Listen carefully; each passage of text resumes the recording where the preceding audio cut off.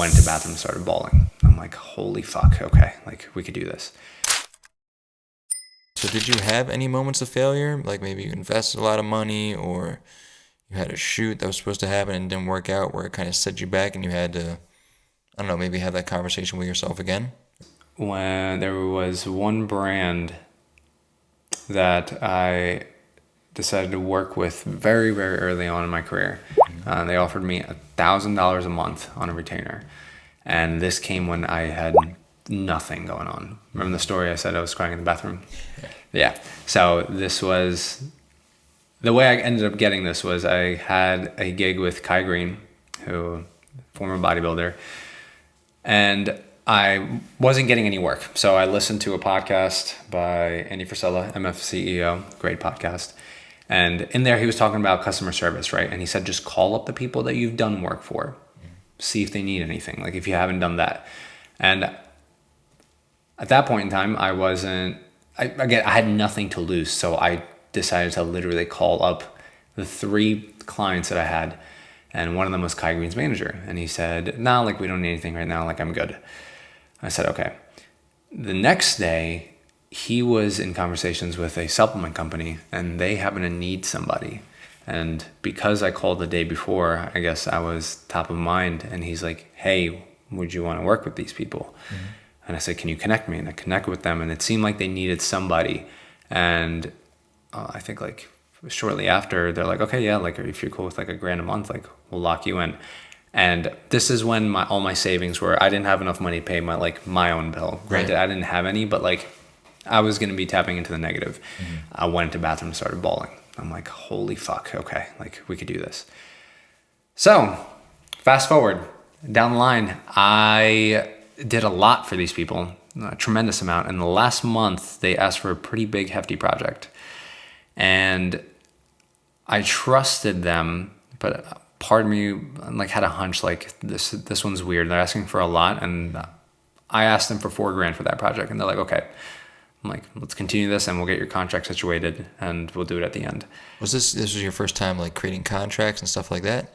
Yeah, pretty much. Like I wasn't too businessy at that point. But I was waiting for a short like sidebar. So like you say, you know, you were very emotional about it. So was it just an overwhelmed feeling? Because I would think like, you know, if you hadn't had any traction yet in the industry, getting that $1,000 a month retainer, that'd be like, oh, thank God, finally, like let me get to it. Oh, 100%. I thought it was like the greatest opportunity I was ever given. So was it just like an overwhelmed feeling of like, finally? No, it wasn't finally. It was just like I guess I'm going to use this analogy. It's not directly accurate, but it's like you've been drowning for so long and then finally you get back up to get another like breath of air. But now you have to, yeah, but then you have to go back under, right? So it's like a pocket of air. It's like, okay. But like you can't be overwhelmed yet because it's $1,000 a month. It doesn't mean you're gonna have an income off of it. But at least this was like a direction. Like okay, like I'll lean into this and do whatever I can to make the most out of this opportunity. Mm-hmm. Oh, so yeah, go back into it. So you said the $4,000 a month budget that you give them, right? Yeah. So I did a big project for them, and I had a feeling like they wouldn't pay me out. But I decided on good faith to... Why'd you get that vibe? Because they never sent me a contract when I kept asking them, hey, I'm going to start this after I get the contract. And they're like, this is taking some time because we're being acquired, but like... But you're already doing the work.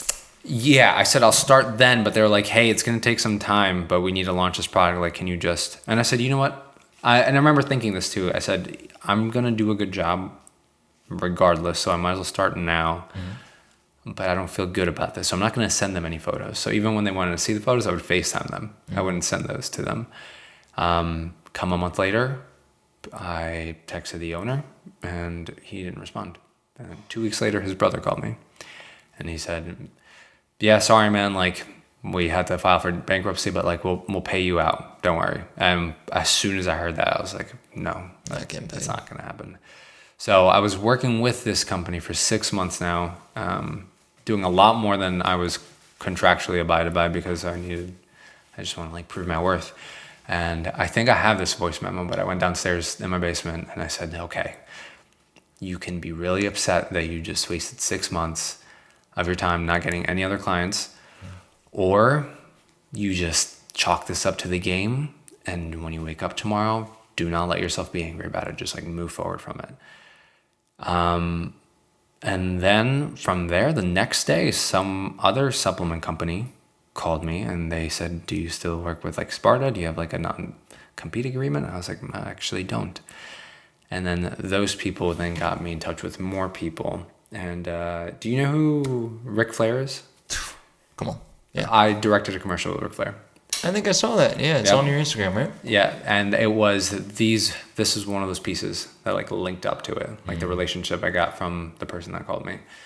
So yeah, I mean, it was a big failure point, but I think moral of the story is because there's a ton of other stories. There's stories of me spending 15 grand and not really yielding to anything. And there's another story with another company that was a little bit more devastating, but I've kind of always had this attitude of fail fast, where you just make a choice and find out really quick if it's meant for you or not. Because if it's not, that's a data point that you have. You know how to take your next step. So in, I guess, overall context, yeah, failure, but I have a really different outlook on failure now.